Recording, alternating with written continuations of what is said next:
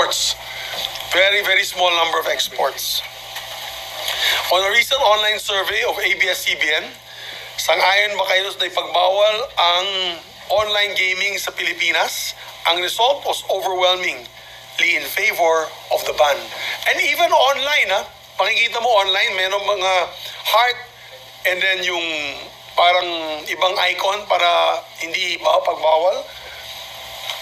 Like this one, it's 175,000. There's another one that I saw, overwhelming then about 50 plus thousand were against online gaming, and only 500 plus were for online gaming. Mm-hmm. So it's becoming to be a scourge in our society, guys. Mm-hmm. I'm letting everyone know that this is becoming to be worse. Mm-hmm. Ganito lang kumpisa yan. Kung sa isabong, diba? Parang walang namamansin dyan. Mm-hmm. After 2 to 3 years, pumunta nga ako ng Siargao kasi I go fishing sa Siargao. Yung mga nagtatambay lang doon, lahat sila nakaisabong, nakapapanood ng video. Sabi ko, nako, this is going to be another problem in our country, and it became a big problem in our country. So, this online gaming has only been siguro popularized in the last 2 years.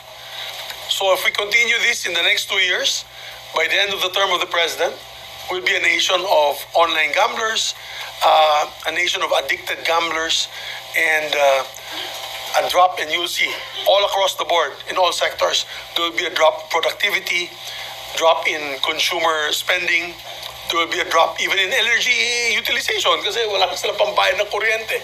And this will also increase the number of crimes, petty crimes, theft, scamming, and all that.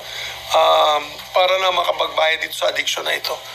So we have to stop this. We have to stop this. Or else, kawawa po yung ating mga anak, ating mga kababayan. So sir, considering na maraming sumusuporta dyan sa proposed bill nyo na yan, sa tingin nyo, mabilis siyang maaprubahan dito sa Senate?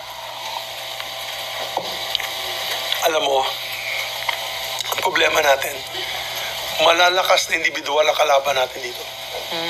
Mayayaman po ito. Nakikinabang dito sa online gaming, sir. Mayayaman po ang mga kalaban natin dito. We all know that the owners of online gaming sites are very wealthy and powerful individuals. It's going to be a tough fight.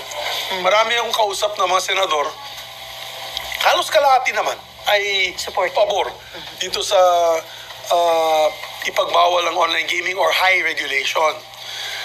Pero hindi pa natatakot ako, hindi pa lumalabas yung mga, syempre, ang hindi pa nagre-flex ng muscle. Ito mga maglalabi against the banning.